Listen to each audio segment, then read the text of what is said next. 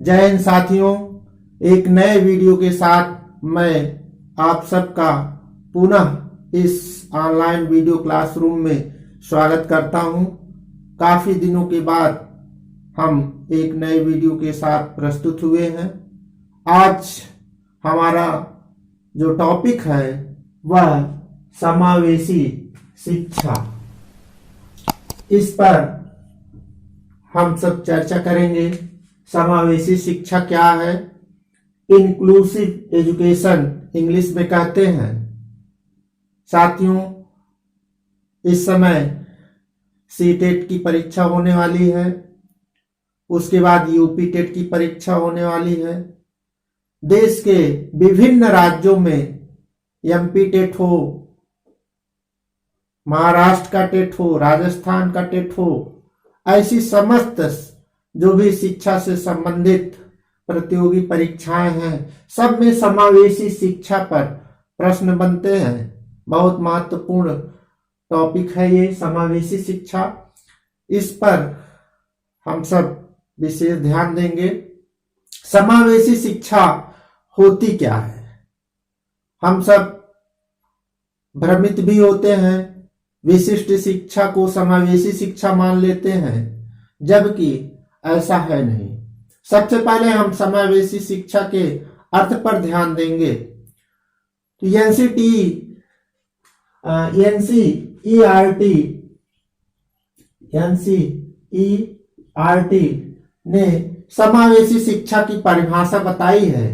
उन्होंने बताया कि धर्म, जाति, लिंग, परिवार, समाज आदि के आधार पर बिना भेदभाव किए, बिना किसी भेदभाव के जब हम एक साथ विद्यालय में शिक्षा देते हैं तो वह समावेशी शिक्षा है।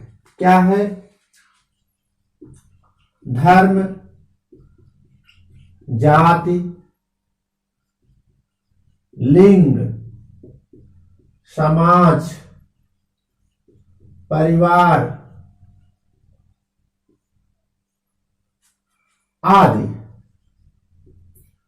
आदि के भेदभाव किए बिना एक साथ, शर्त यह है कि एक साथ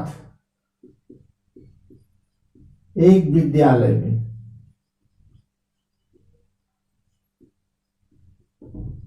शिक्षा देना, यह है समावेशी शिक्षा। एनसीईआरटी ने बताया। एक मनोवैज्ञानिक शिक्षा शास्त्री स्टेन बैंक, इनका नाम भी आता है, स्टेन बैंक एंड ये भी स्टेन बैंक है।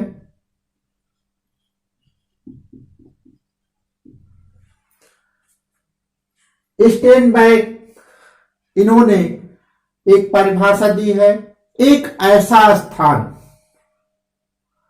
जो सभी का होता है, जहां सभी अपनाए जाते हैं, जहां प्रत्येक अपने विद्यालय, समुदाय और अपने सहपाठियों का सहयोग करते हैं, साथ ही साथ उनका सहयोग अपनी शैक्षिक आवश्यकताओं की पूर्ति के लिए करते भी हैं।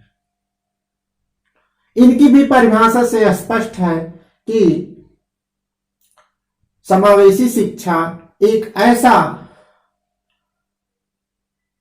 उपाय है, एक ऐसी शिक्षा की व्यवस्था है जहां सभी अपने होते हैं, सभी के आप होते हैं, सभी का सहयोग लिया जाता है और सबको सहयोग दिया जाता है शैक्षिक आवश्यकताओं की पूर्ति के लिए।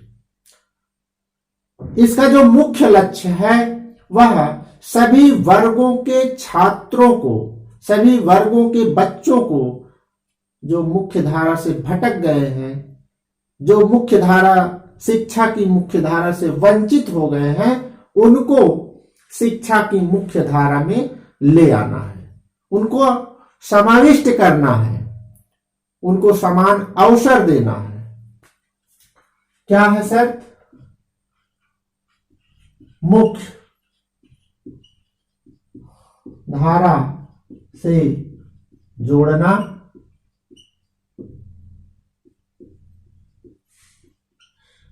समाविष्ट करना, सभी को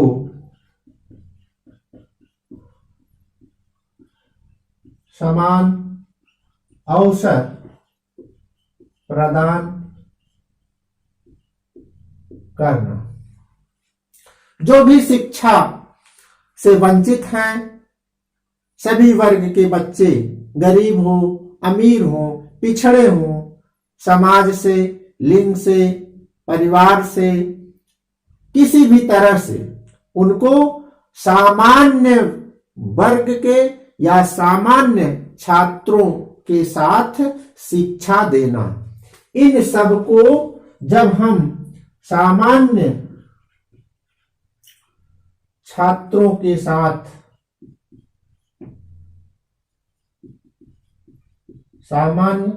के साथ शिक्षा देते हैं तो समावेशी शिक्षा हो जाता है। एक दिव्यांग बालक होता है, एक विविध प्रकृति के बालक होते हैं और एक विशेष शैक्षणिक आवश्यकता वाले होते हैं, जो विशिष्ट होते हैं किसी भी रूप में। लेकिन जब हम उनको एक साथ समान रूप से सामान्य बालकों के साथ शिक्षा देने की बात करते हैं, शिक्षा देते हैं, तो वह समावेशी शिक्षा का रूप ले लेता है।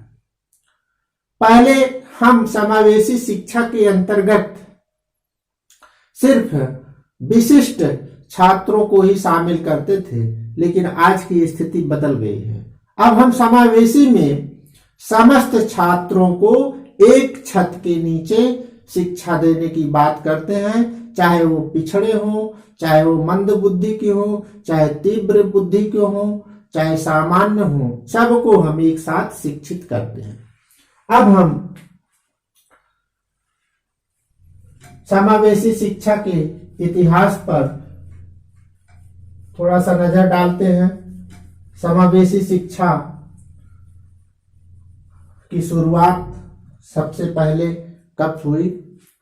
समावेशी शिक्षा की शुरुआत 1990 से मानी जाती है। 1990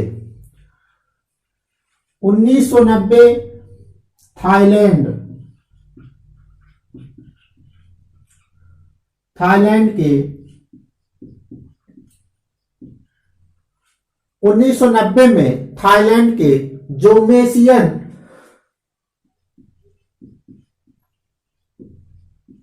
ये शहर है थाईलैंड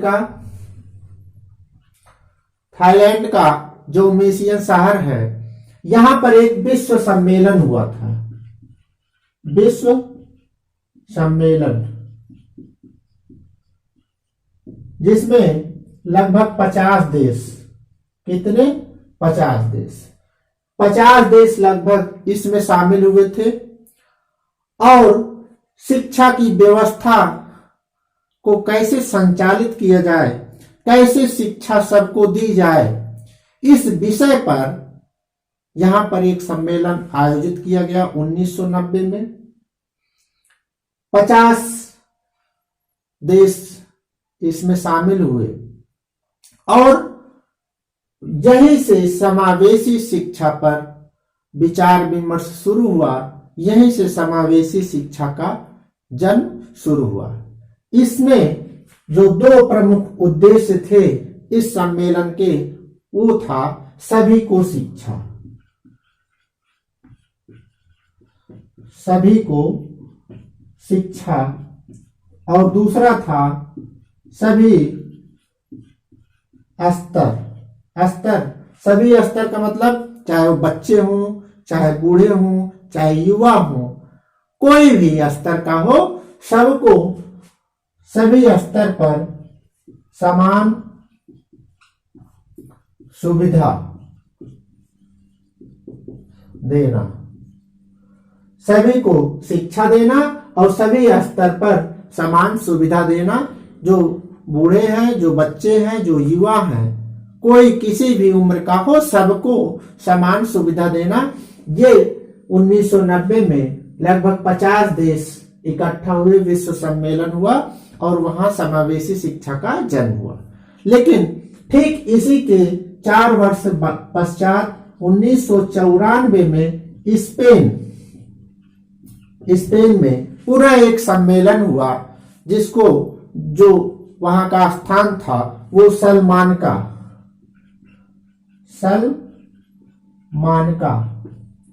ये शहर है, सलमानका स्पेन का। यहां पर 92 देश, संख्या बढ़ गई, संख्या हो गई 92 देश यहां पर इकट्ठा हुए। साथियों, हमारा भारत देश भी इसी 92 देश में शामिल था। 1994 में 92 देश के अलावा 25 अंतरराष्ट्रीय संगठन भी चर्चा के लिए यहां पर शामिल हुए। इसका जो मूल उद्देश्य था, बालकों के लिए सम्मेलन। कैसे बालक? जो विशेष शैक्षिक आवश्यकता वाले हैं। जी हां, विशेष शैक्षिक आवश्यकता वाले, जो उद्देश्य था, विशेष शैक्षिक आवश्यकता वाले बालकों हेतु शैक्षिक सम्मेलन। ये इस सम्मेलन का मूल विषय था, जिसमें 92 देश और लगभग 25 अंतर्राष्ट्रीय संगठनों ने भाग लिया। विशेष शैक्षिक आवश्यकता वाले बालकों के लिए सम्मेलन का आयोजन किया गया, जिसका मूल विषय था सुलभता और समता।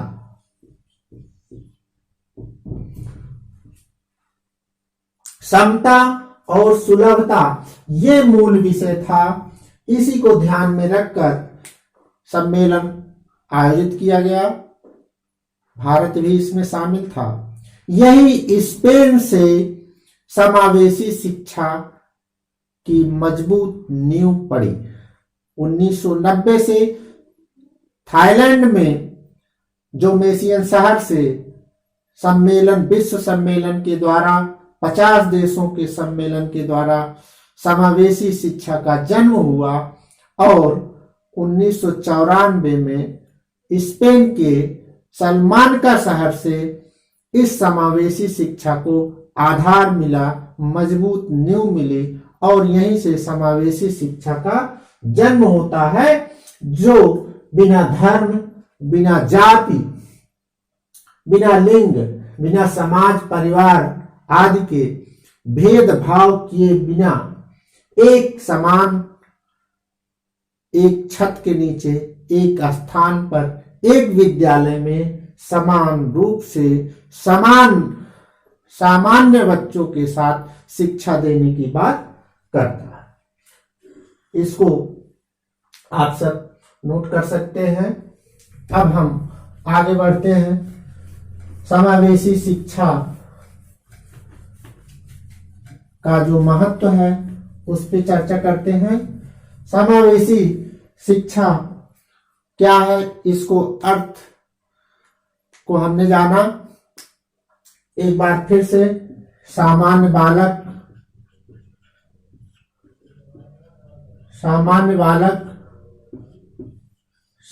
बालक के साथ जब हम शैक्षिक शैक्षिक रूप से जो भिन्न है,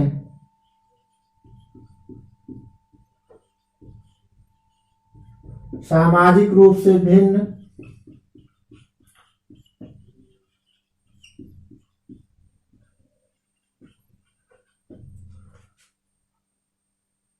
शैक्षिक रूप से भिन्न, सामाजिक रूप से भिन्न, मानसिक रूप से विचलित,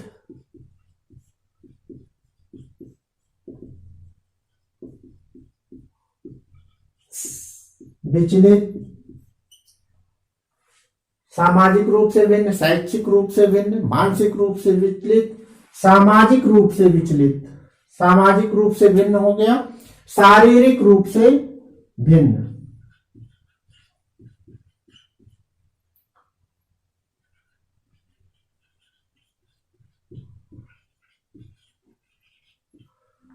जब इन सब को हम एक साथ, एक विद्यालय, एक स्थान पर जब हम शिक्षा देते हैं तो ये समावेशी शिक्षा हो जाता है।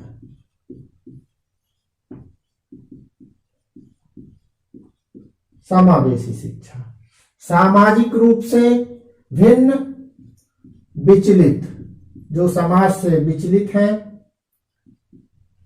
या समाज से वंचित हैं, शैक्षिक रूप से जो भिन्न है, मानसिक रूप से भिन्न है, प्रतिभाशाली भी हो सकते हैं, मंद हो सकते हैं, मंद बुद्धि के, शारीरिक रूप से जो भिन्न है, विकलांग हैं, दिव्यांग हैं, शैक्षिक रूप से कोई तेज पढ़ने वाला है, कोई धीमा पढ़ने वाला है, कोई टेक्नोलॉजी की सहायता से पढ़ता है। ऐसे जो सभी बच्चे हैं, जब सामान्य बालकों के साथ उनकी शिक्षा की व्यवस्था होती है तो ये समावेशी शिक्षा का रूप धारण कर लेता है। अब बात आती है समावेशी शिक्षा का क्षेत्र। समावेशी शिक्षा का क्षेत्र कहां तक है, क्या क्या इसमें शामिल है? समावेशी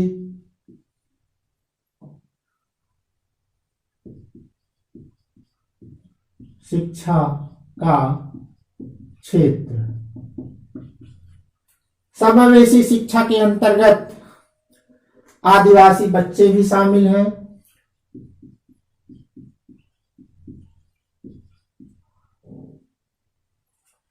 आदिवासी बच्चे, समावेशी शिक्षा के अंतर्गत आदिवासी बच्चे जो दूर दराज के बच्चे हैं, जहां तक शिक्षा नहीं पहुंच पाती है या वो किसी कारण से शिक्षा से वंचित है, उनको शामिल किया जाता है। इसके अलावा जो कामकाजी बच्चे हैं, जो शिक्षा से वंचित हैं, कामकाजी बच्चे, इनको भी शामिल किया जाता है।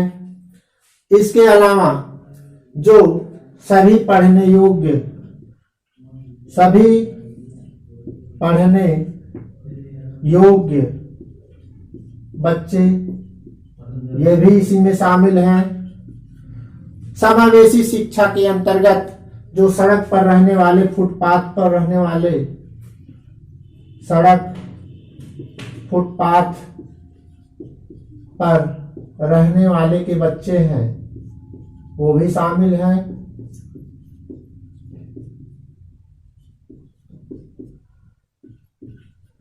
ये भी समावेशी के अंतर्गत आते हैं। जो घुमंतु श्रमिक हैं वह भी इसमें शामिल हैं।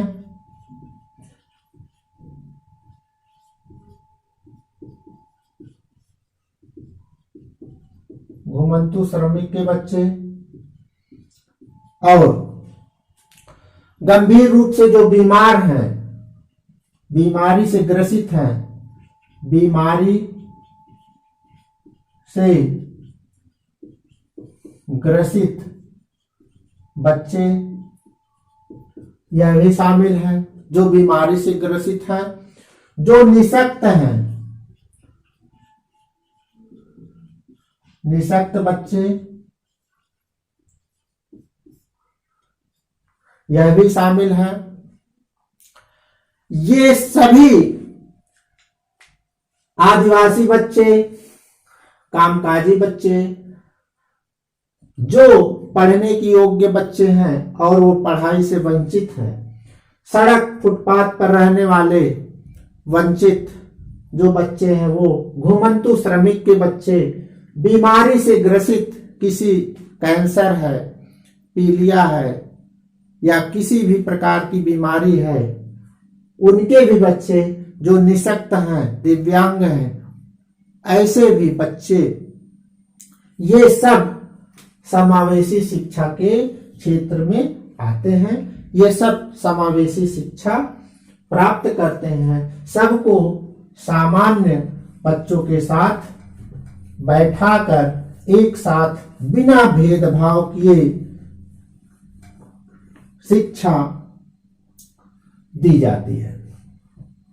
हमने पहले ही बताया एनसीईआरटी की परिभाषा, धर्म, जाति, लिंग, समाज, परिवार आदि के बिना भेदभाव के शिक्षा की व्यवस्था की जाती है।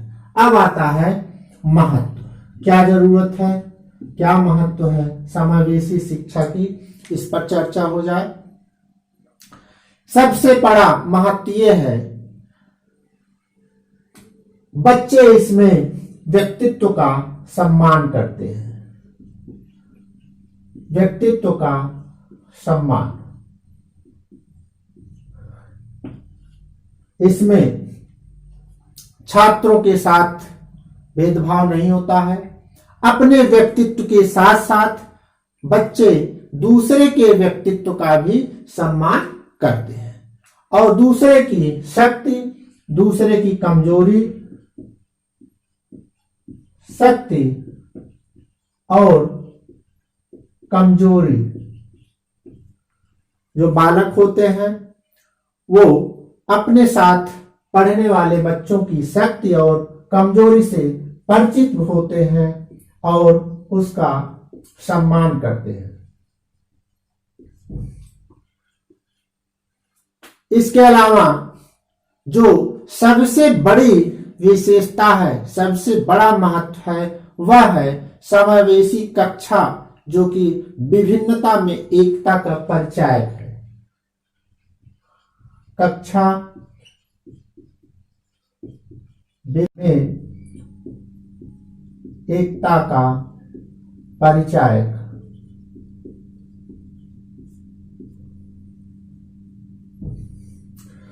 विभिन्नता में एकता का परिचायक, ये समावेशी, एक छत के नीचे सभी प्रकार के बालक अध्ययन करते हैं। और इसमें जो सबसे बड़ी बात उभर के आती है, वह है सहयोग की प्रवृत्ति का विकास। एक साथ अध्ययन, एक साथ अध्यापन, यह अध्ययन अध्यापन की व्यवस्था सहयोग की प्रवृत्ति का विकास करती है। तो व्यक्तित्व का सम्मान करना सीख जाते हैं, शक्ति और कमजोरी का भी सम्मान करना सीख जाते हैं।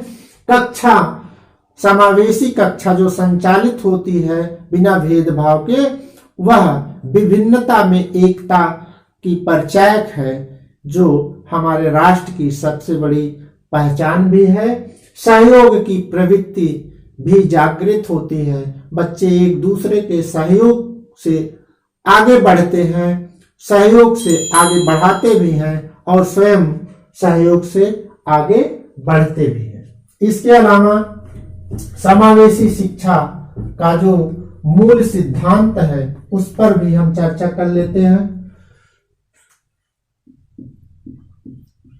किन किन बातों को विशेष ध्यान में रखकर यह शिक्षा आगे बढ़ती है।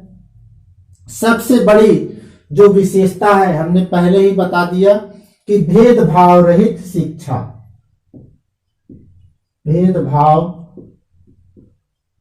रहित शिक्षा, भेदभाव रहित शिक्षा। ये सबसे बड़ा सिद्धांत है समावेशी शिक्षा का। दूसरा है शिक्षा का समान अवसर। ये सिद्धांत दूसरा, सबको समान अवसर, सबको आगे बढ़ने के लिए समान अवसर देना, किसी के साथ किसी भी प्रकार का भेदभाव नहीं करना, स्कूली छात्रों की शैक्षिक आवश्यकताओं की पूर्ति। ये तीसरा सिद्धांत है। शैक्षिक आवश्यकताओं की पूर्ति। जो स्कूली छात्र हैं उनकी शैक्षिक आवश्यकताओं की पूर्ति समावेशी शिक्षा के द्वारा हो जाती है। छात्रों में एक गुण पैदा हो जाता है, एक साथ पढ़ने, एक साथ उठने बैठने, व्यवहार करने से वो एक दूसरे के विचार को सुनते हैं और उस पर ध्यान देते हैं। छात्रों के विचार सुनना और ध्यान देना। इसके अलावा जो सिद्धांत है उनकी जो व्यक्तिगत विभिन्नता है वह लाभदायक होती है,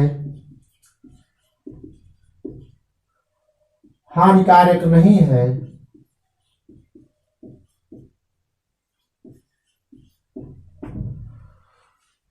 व्यक्तिगत विभिन्नता लाभदायक है, हानिकारक नहीं है। यह भी समावेशी शिक्षा के सिद्धांत में समाहित है। जो बालक समृद्ध हैं, जो बालक पिछड़े हैं, जो बालक सीख पाने में समर्थ नहीं है या कम समर्थ है, जिसमें संप्रेषण की समस्या है, इन सब को जो व्यक्तिगत विभिन्नताओं से युक्त हैं, ऐसे बहुत से बालक, उनको ये आभास हो जाता है कि हमारी व्यक्तिगत विभिन्नता जो है, हमारी जो शारीरिक संरचना है, हमारी जो मानसिक स्थिति है, हमारी जो सामाजिक स्थिति है, पारिवारिक स्थिति है, यह किसी भी प्रकार से हमारे लिए हानिकारक नहीं है बल्कि लाभदायक है। यह सिद्धांत को लेकर समावेशी शिक्षा आगे बढ़ता है।